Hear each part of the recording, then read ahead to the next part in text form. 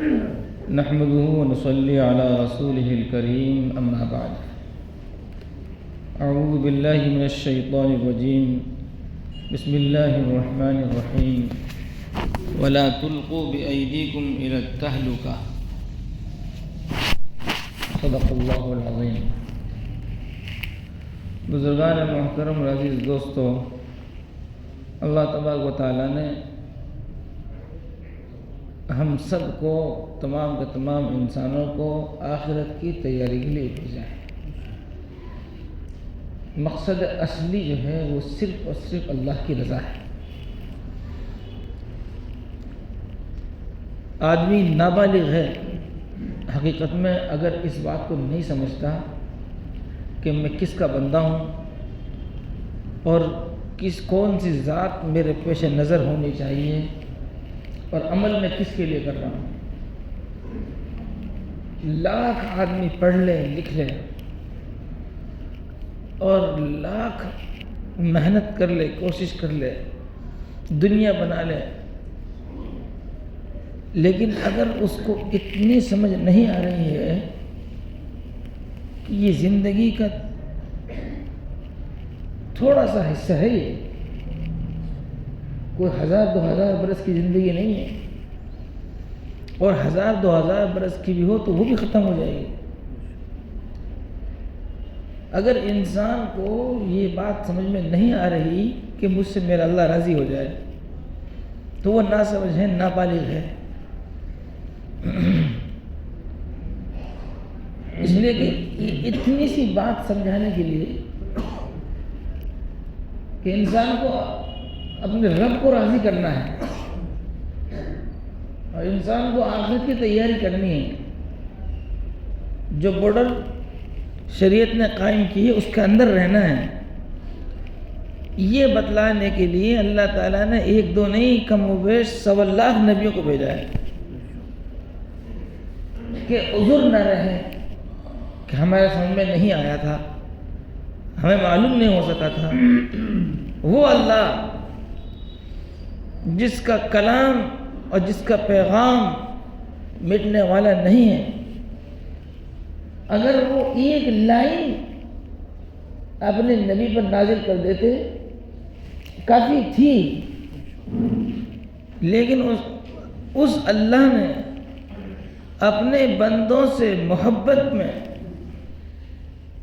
اپنے بندوں پر مہربانی فرما کر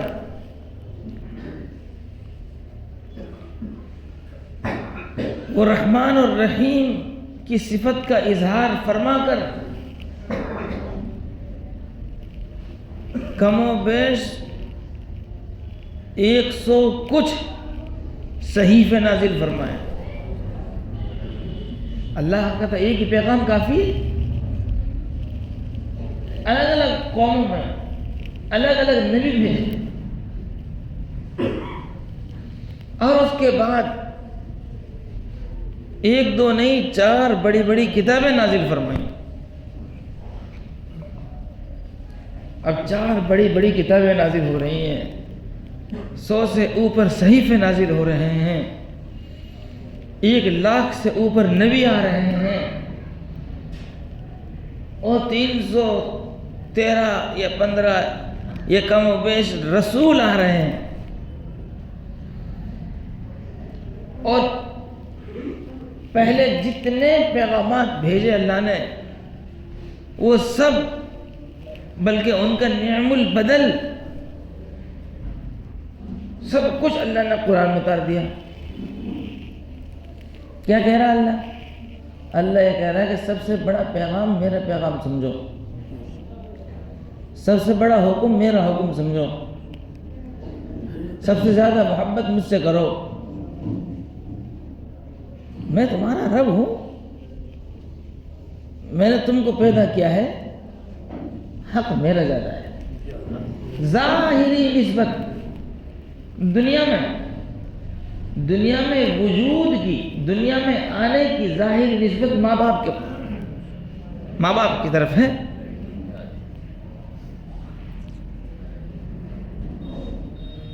دنیا میں آنے کے سبب اور دنیا میں وجود کا ذریعہ کون بنے گی؟ ماں باپ بنے ہیں تو کیا بتلایا جاتا ہے کہ تیرے رشتوں میں سب سے زیادہ حق تجھ پر تیرے ماں باپ کا ہے. سب سے زیادہ حق کس کا ہے؟ ماں باپ کا ہے. بھائیوں میں، بہنوں میں، پھوپھیوں میں، چاچیوں میں، جتنے بھی انسانی اور خونی رشتے ہیں ان سب میں سب سے زیادہ حق کس کا ہے؟ ماں باپ کا ہے. کیوں؟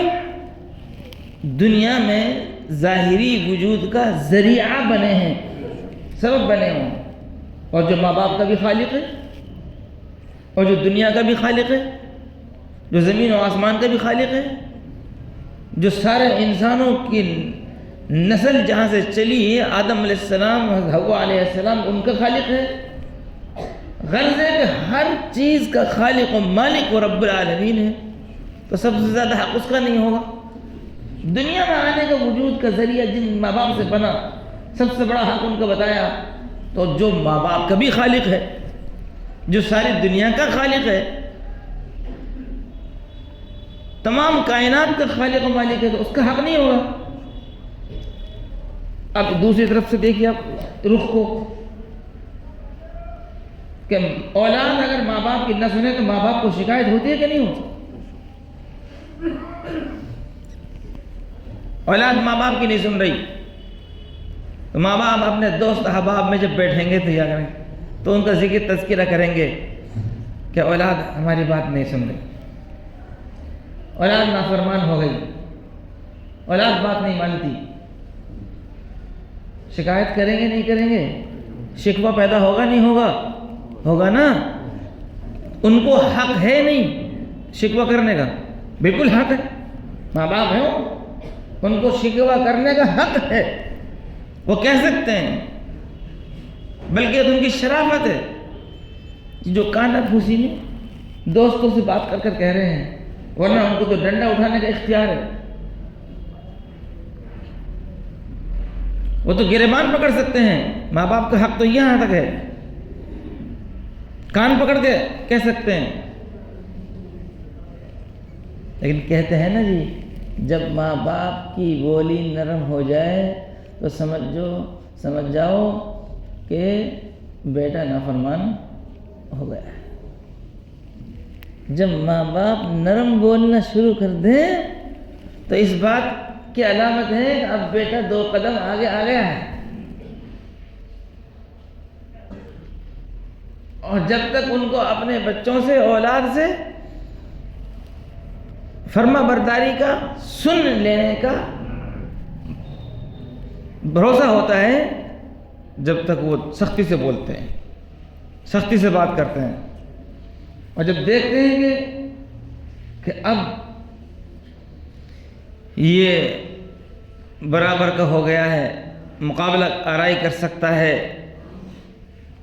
غلط جواب دے سکتا ہے، غلط بول سکتا ہے، تو ماں باپ نرم ہو جاتے ہیں. لیکن شکوہ شکایت اپنی جگہ پر، ان کو حق ہے شکوہ شکایت. اب یہ میں عرض کرنا یہ چاہتا ہوں، ماں باپ ہیں، خالق نہیں ہیں. ماں باپ ہیں، رازق نہیں ہیں. ماں باپ ہیں، معبود نہیں ہیں.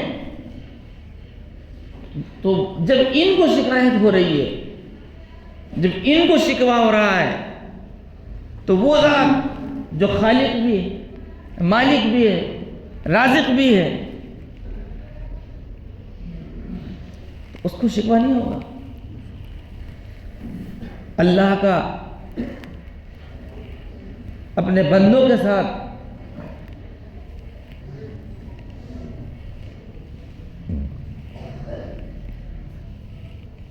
تعلق تو یہ ہے کہ اللہ اپنے قرآن میں یہ کہہ رہا ہے والذین آمنوا اشد حبا للہ، کہ میرے ایمان والے بندے سب سے زیادہ محبت مجھ سے کرتے ہیں. اللہ قرآن میں کہہ رہا ہے. اگر اولاد کی بھلائی، تعریف، بڑے بول آدمی مجمع میں کہہ رہے کہ صاحب میرا بیٹا تو 30 مار کھائے،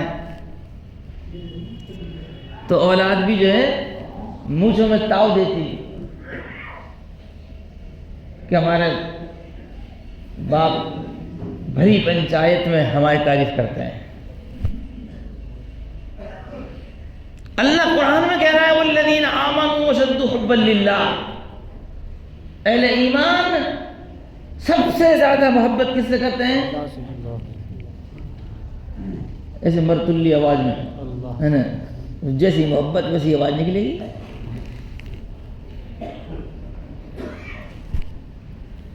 سب سے زیادہ محبت کس سے؟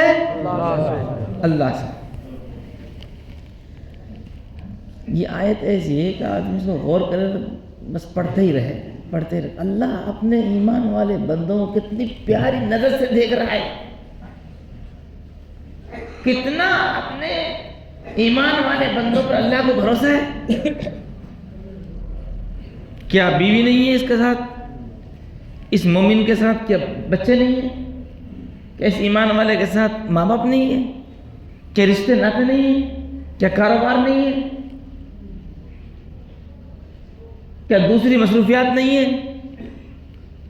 سب کچھ ہے، لیکن اللہ یہ کہہ رہا کہ سب سے زیادہ محبت مجھ سے ہے. اب اگر بندہ سب سے زیادہ محبت اللہ سے نہ کرے، پتہ کہاں سے چلے گا؟ کوئی بھی ایک حکم لے لو، ایک طرف خدا کا حکم اور ایک طرف نفس پرستی. اللہ کہہ رہا ہے کہ جمعہ کی اذان ہو جائے تو سب کچھ چھوڑ چھاڑ کے مسجد میں آ جاؤ. دھوپ نہیں چھوٹ رہی اس سے. جیسے کہ دھوپ جو ہے وہ جمعہ کے وقت میں ہی رہتی ہے، نہ پہلے نہ بعد میں. تو مسجد کے باہر دھوپ میں کھڑا ہوگا، ایسا اذان ہو گئی مسجد میں، جو ارے یار ابھی سردی لگ رہی ہے، دھوپ نہیں چھوٹ رہی اس سے. اور اگر کسی نے لقمہ تر دکھا دیا تو پھر تو جمعہ ہی غائب. تو ایک طرف اللہ کا حکم اور ایک طرف اپنا نفس. محبت زیادہ اللہ سے ہوگی تو فوراً اللہ کے حکم کا آگے سرنگو ہو جائے گا بندہ. اور اگر سب سے زیادہ محبت اللہ سے نہیں ہوگی تو پھر اللہ کے حکم کے آگے یہ سر نہیں ڈالے گا. پھر وہ کام جس میں وہ مصروف ہے نا جی، اس سے زیادہ محبت ہے. اب اگر بندہ اس حالت پر پہنچ جائے کہ اللہ سے علاوہ دوسروں سے زیادہ محبت کر رہا ہے. زیادہ محبت کس سے ہونی تھی؟ سونے والوں کو اور جگنے والوں کو. سب سے زیادہ محبت کس سے ہے؟ اللہ سے. اصل میں کیا ہے، وہ کہتا ہے کہ مار مار کے مسلمان بنا، کبھی کبھی اس کی ضرورت پڑ جاتی ہے. اب ہم جو ہے نا اس استھتی میں پہنچ گئے ہیں، اللہ سے محبت ہے یہ کہنے کے لیے زبان سے تیار نہیں ہم. اور پھر جو ہے نا بعد میں وہ حاجی جی کے پاس جائیں گے کہ امام صاحب سے کہ ہو یہ بلواؤ نہیں، کہوے مت. کچھ وعدہ کرنا پڑتا مسجد میں، مسجد میں وعدہ کروا لیتے ہیں. کروائیں گے وعدہ.